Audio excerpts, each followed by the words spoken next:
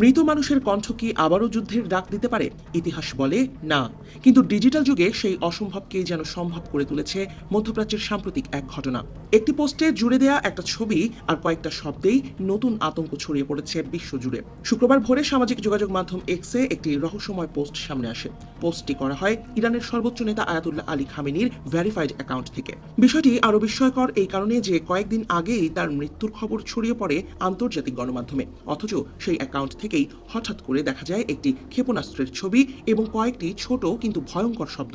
ফার্সি ভাষায় লেখা ছিল, খোররাম শাহর মুহূর্ত এখন দিগন্তে। এই একটি বাক্যই যেন নতুন করে উত্তেজনা তৈরি করেছে পুরো মধ্যপ্রাচ্যে। কারণ খোররাম শাহর কোনো সাধারণ শব্দ নয়, এটি ইরানের অন্যতম শক্তিশালী ব্যালিস্টিক মিসাইলের নাম। প্রায় ১৩ মিটার লম্বা এই মিসাইল ১,০০০ থেকে ২,০০০ কিলোমিটার পর্যন্ত আঘাত হানতে সক্ষম। মুহূর্তেই শত্রুর আস্তানা গুঁড়িয়ে দেওয়ার ক্ষমতা সম্পন্ন প্রায় ১,৮০০ কেজি ওজনের ওয়ারহেড বহন করতে পারে এই অস্ত্র। পোস্টে থাকা ছবিতেও ছিল একই ধরনের ইঙ্গিত। সেখানে ফার্সি ভাষায় লেখা ছিল, এই অস্ত্র ইরানের তরুণদের হাতে তৈরি এবং এটি ইহুদিবাদী শাসনের হৃৎপিণ্ড গুঁড়িয়ে দিতে সক্ষম। বিশ্লেষকদের মতে এটি কেবল একটি প্রতীকী বার্তা নয়, কারণ পোস্টটি আসার মাত্র একদিন আগেই ইসরায়েলে ঘটে যায় একটি বড় হামলা। তেল আবিবের কাছে অবস্থিত বেন গুরিয়ন বিমানবন্দর এবং পার্শ্ববর্তী একটি বিমান ঘাঁটিকে লক্ষ্য করে ক্ষেপণাস্ত্র আঘাত হানে। ইসরায়েলি সামরিক সূত্র বলছে, হামলায় ব্যবহার করা হয়েছে খোররাম শাহর 4 ধরনের মিসাইল। ইরানের সামরিক বাহিনীও পরবর্তীতে এই হামলার দায় স্বীকার করেছে বলে বিভিন্ন প্রতিবেদনে দাবি করা হচ্ছে। তাদের বক্তব্য, প্রায় 1 টন বিস্ফোরণ বহনকারী মিসাইল সরাসরি ইসরায়েলের গুরুত্বপূর্ণ অবকাঠামোকে লক্ষ্য করে নিক্ষেপ করা হয়েছে। এই ঘটনার পর থেকেই তীব্র উদ্বেগ তৈরি হয়েছে যুক্তরাষ্ট্র ও ইসরায়েলের নিরাপত্তা মহলে। ওয়াশিংটনে রাজনৈতিক উত্তেজনাও বাড়ছে। বিশেষ করে সাবেক মার্কিন সামরিক কর্মকর্তারা প্রশ্ন তুলেছেন প্রেসিডেন্ট ডোনাল্ড ট্রাম্পের ঘোষিত সামরিক পরিকল্পনা নিয়ে।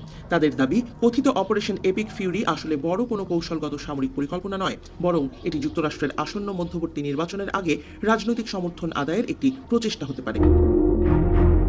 এই পরিস্থিতিতে সবচেয়ে বড় রহস্য দাঁড়িয়েছে একটি প্রশ্ন, যদি খামেনি সত্যি মারা গিয়ে থাকেন তাহলে তার এক্স অ্যাকাউন্টটি পরিচালনা করছে কে?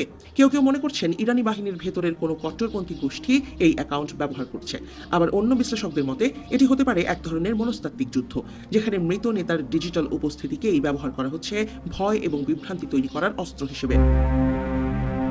এর প্রভাব শুধু রাজনীতিতেই সীমাবদ্ধ নেই, বিশ্ববাজারেও এর প্রতিক্রিয়া দেখা দিতে শুরু করেছে। বিশেষজ্ঞরা আশঙ্কা করছেন মধ্যপ্রাচ্যে উত্তেজনা আরও বাড়লে বৈশ্বিক তেলের বাজারে বড় ধরনের অস্থিরতা তৈরি হতে পারে। ভারত মহাসাগর থেকে শুরু করে লোহিত সাগর পর্যন্ত বিভিন্ন নৌপথে ইতোমধ্যেই সামরিক তৎপরতা বাড়ানো হয়েছে। এমনকি ভারতের কিছু নৌঘাঁটি ব্যবহারের গুজবও ছড়িয়ে পড়েছে, যদিও সেই তথ্য এখনো নিশ্চিত হয়নি।